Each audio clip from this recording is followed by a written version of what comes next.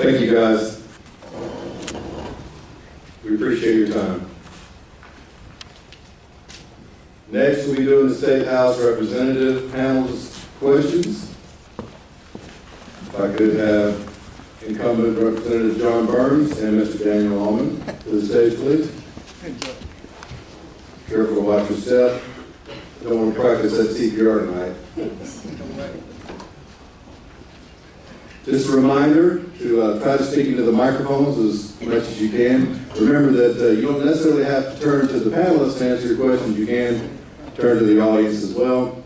And you will have 2 minutes per question to answer the 4 questions that are asked by the panelists. Each panelist will ask 1 question and each candidate will answer that question. And then we'll move to the next panelist. At the end, we'll have a closing statement of 2 minutes from each of you, please. Okay, I'm going to go first.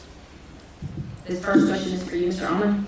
Can you give 2 specific examples of how you would have voted differently than Majority Leader Burns in the past legislative session? Well, I can't point to a specific where I would have voted differently. There may be some differences, but I have to review his voting record to find some specific differences. But what I would bring to the table is more passion and more energy to certain issues. For example, we both would have voted the same way on the campus carry issue. However, I believe if I were the representative, and especially if I were in the majority leader position, I would have been more vocal at trying to get more support, maybe putting together trying to get the legislature to convene to override that veto. That's one example. Another example was Alan Peake's medical marijuana bill. Again, Mr. Burns voted, Representative Burns voted for it. I would have voted for it as well. But again, I would have been more passionate in pushing it and making sure that it didn't get gutted. As the House Majority Leader, he serves on every single committee, and I believe that if Representative Burns really wanted to apply himself 100% in getting those 2 examples through, I think he could have done more.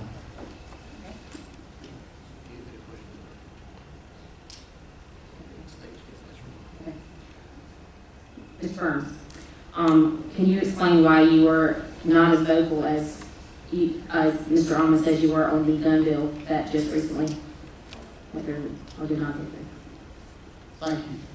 Well, my position as majority leader and the responsibilities I have are to support the members of the majority in legislative efforts. We had a very strong effort chaired by Representative Chairman Rick Jaspers and the Rules Chairman, who certainly gets a lot done in the House. And those 2 proponents of the campus carry were very strong. I certainly work behind the scenes, and that's what I prefer to do, to be a strong advocate behind the scenes and make sure that we pass good policy in the State House. And I think that's what we did with the campus carry bill. Certainly, as we all know, the governor vetoed the campus carry bill. And what we know about vetoes is there takes a vote in the House to override the governor's veto. The vote to override the governor's veto, if you look at and make sure that you understand the nature of the vote, you certainly understand that it's not possible with the vote that we had on both of those on that bill to come back in and attempt to override the governor's veto. So I've been a great advocate, have an A rating from NRA. I've been an advocate of the Second Amendment for all my years in the General Assembly and will continue to do that. And I'm certainly very proud of my record as it comes to our Second Amendment rights. This question, Representative Burns answer first and then Mr. Almond answer second. Now that it appears we have state funding for the Effingham Parkway secured, what else can the state do, what should it do to help transportation and help roads for Effingham County motorists? It's a good question. We've been very fortunate as the economy has turned around in Georgia. There are more funds available for safe travel in our state, but especially here in Effingham County. There is the Effingham Parkway project is important not only to this county but to the viability of our port project. The $44 million that our team from Effingham County, Representative Hitchens, Chairman Hill, and the Senate were able to make sure that came to this county is very important moving forward with that project. We know that transportation is enhanced in our state. The LMIG program that allows state dollars to come in and work closely with local dollars, with county commissioners, make sure that our roads are roads that we need, new roads, maybe also be constructed, but also the roads and maintenance of the local roads that we need to resurface is a part of that plan. And we know that resources need to be available, and the state needs to be a partner with our local governments to make sure that our transportation is safe, effective, and $100 million that comes out of the state budget to make sure that our bridges are safe is vital to our local economies, and to make sure that transportation is safe for all Georgians. Yes, well, transportation is important to me. I commute to work over an hour from Clio, Kildare Road all the way down to Savannah, and I'm originally from Atlanta, and I think Savannah could use more of something akin to what Atlanta has with the perimeter. When I go to work, I find myself driving right through downtown Savannah among chemical trucks, and also with a lot of pedestrians coming out of the bars. I don't think the two things mix. So I do think we need some more roads connecting Savannah to this area. But I also have a vision for this area in which not so many people have to commute, and where there are more jobs in this district, in the northern part of Effingham, in Scranton County, in the northern part of Bullock, that make up the 159th district. And the role of government isn't to create jobs, but is to get out of the way and allow businesses to create those jobs. And I think we can pay for transportation projects by expanding the tax base, by reducing taxes, and by getting government out of the way. Thank you, John. Mr. Burns, I think it was in the AJC recently, they had a story about payments that you didn't disclose from the Board of Education here in Effingham and the DNR. Did those stories miss anything, or is there something that you need to explain to voters? Yeah, they certainly did. They missed a lot.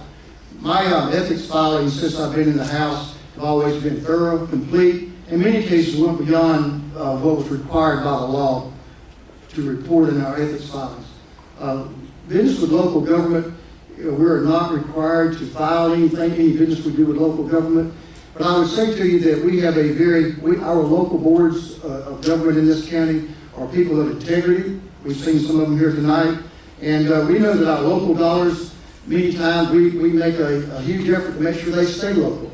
And doing business with local companies creates jobs in our communities. It allows us to do business with local entities, local small businesses, which is critical to the economic well-being of our state. And I think that's what we've had a huge emphasis on in the state, is to help foster small business. And certainly I knew that when I assumed the position of majority leader, there'd be a giant target on my back from the liberal media in Atlanta.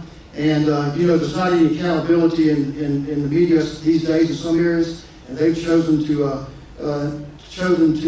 take their swipe at me. But my filings are complete, and I feel very comfortable. They've been reviewed by professionals, and I'm certainly very comfortable with my filings and stand by them. They are accurate and according to the law. Mr. Almond, pardon? You're running against a popular and long-term incumbent. What spurred you to run? There's got to be something that you don't feel Mr. Burns is doing correctly, or that you can do better. Well, serving the people and wanting to improve people's lives and improve government has been a passion of mine for some time. I've been an activist pretty much since I got out of the Marine Corps in '07. I went to the first Tea Party rallies on April 15th of 2009. In 2010, I led my own rally with the message "Restore the Constitution." I believe the limitations on government that are enshrined in our founding documents are something that need to be preserved. And I think I can do a better job because I truly believe in reducing the size and scope of government, not in expanding it. The job of the legislator, this is a very solemn duty. The legislature makes laws. It tells people what you have to do and what you can't do, otherwise you could be penalized by going to jail. A legislator has a hand in writing the budget and in taxes. Taxes are something that should be approached with the utmost caution, and so it's very important that a legislator keeps the role of government and his role in mind.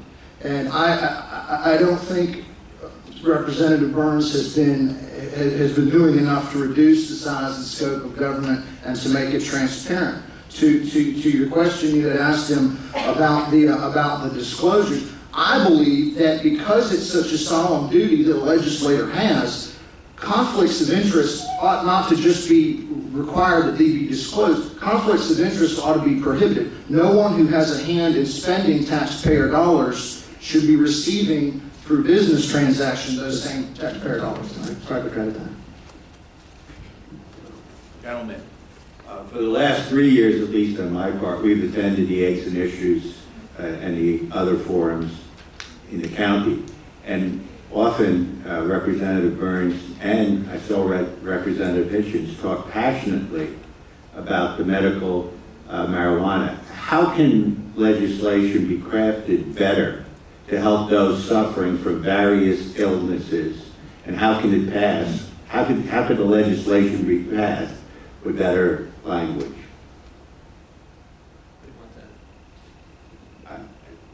Mr. Almond's fine. Start with. Well, I think the bill that Representative Allen Peake had was a good one. The problem wasn't so much the language of the bill. Although I'm a smaller government guy, I would have wanted less red tape, and for the decision to be more between the doctor and the patient without so much government involvement. The problem wasn't so much with how it was written. The problem is with the culture downtown in the Gold Dome. That you've got vast majorities of Georgia citizens wanting in-state cultivation, wanting a real medical cannabis program, but the legislature basically thwarted the will of the people. And I don't know specifically how it got killed, but if I was down there, I would have done everything I could to make sure that it didn't get killed and gutted in committee as it was.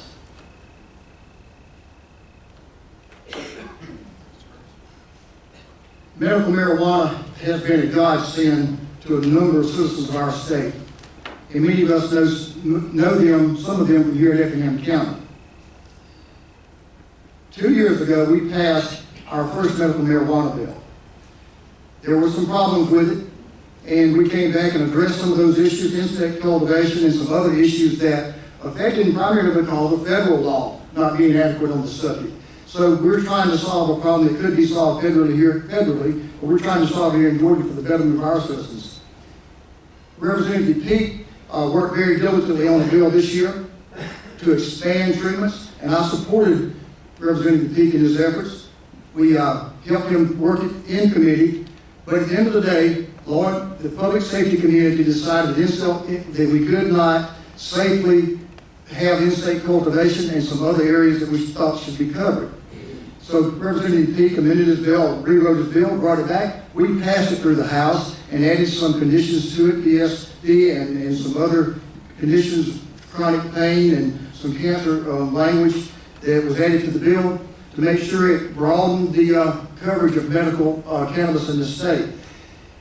It failed in the Senate. Now, you don't have to ask the senator why it failed in the Senate. I'm not exactly privy to that, but we worked very hard, and I worked with Representative Peake on the 12th hour, on the 40th day, trying to get that bill through, and we were not able to. We tried to get it through on another version, but we were not able to be successful. But I will make very clear to you, one of the things I am passionately against, and certainly will not support and will work passionately against, is the use of marijuana for recreational purposes.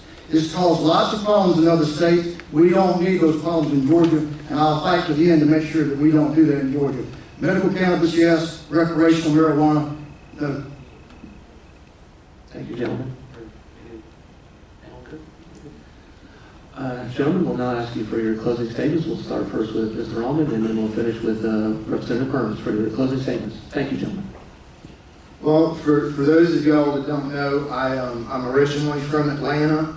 I joined the Marine Corps at around the age of 20, went all around the world, saw the world, and met my wife who lives here back in '06 when I was between Iraq tours. And so that's what brings me down here. I've been down here for about 5 years. I've put together my own website. I'm on Facebook, and I make an effort to come out to things like this and engage the people. I've been going door to door for the past 8 months, trying to meet as many voters as I can. And I'd be glad to stay after and answer any questions that anybody might have until everybody's got their question in after we're through here. But asking for your vote May 24th in the Republican primary. Thank you for being here tonight, and thank you for the sponsors who supported us here and put this program on. And this beautiful facility that Springfield, the city of Springfield, has put that together for the citizens of this county. I really appreciate it. I grew up here in Effingham County and raised my family here. I've been proud to serve this community in the State House, and as a father and grandfather, understand that decisions made today will impact the lives of our children and grandchildren for years to come.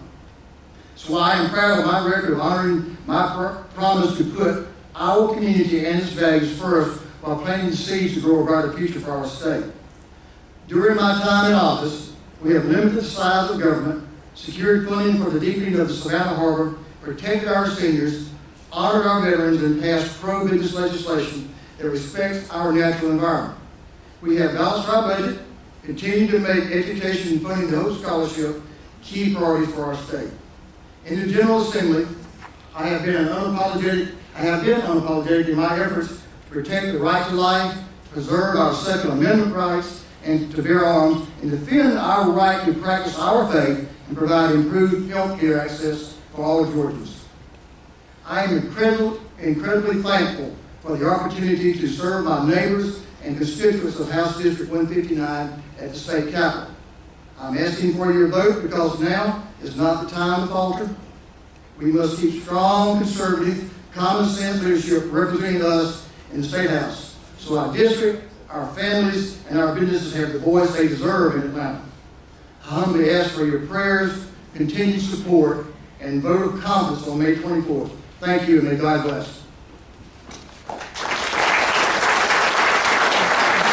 Thank you, gentlemen, for your questions. Thank you for your time this evening, and good luck to you both. Let's give him another round of applause.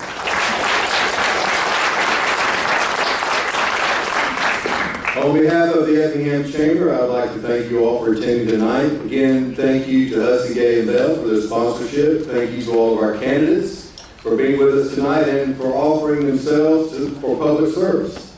Thank you to our panel for developing questions to give a little public insight into our candidates. And thank you to the Effingham Herald and the Effingham Now for those tasty refreshments.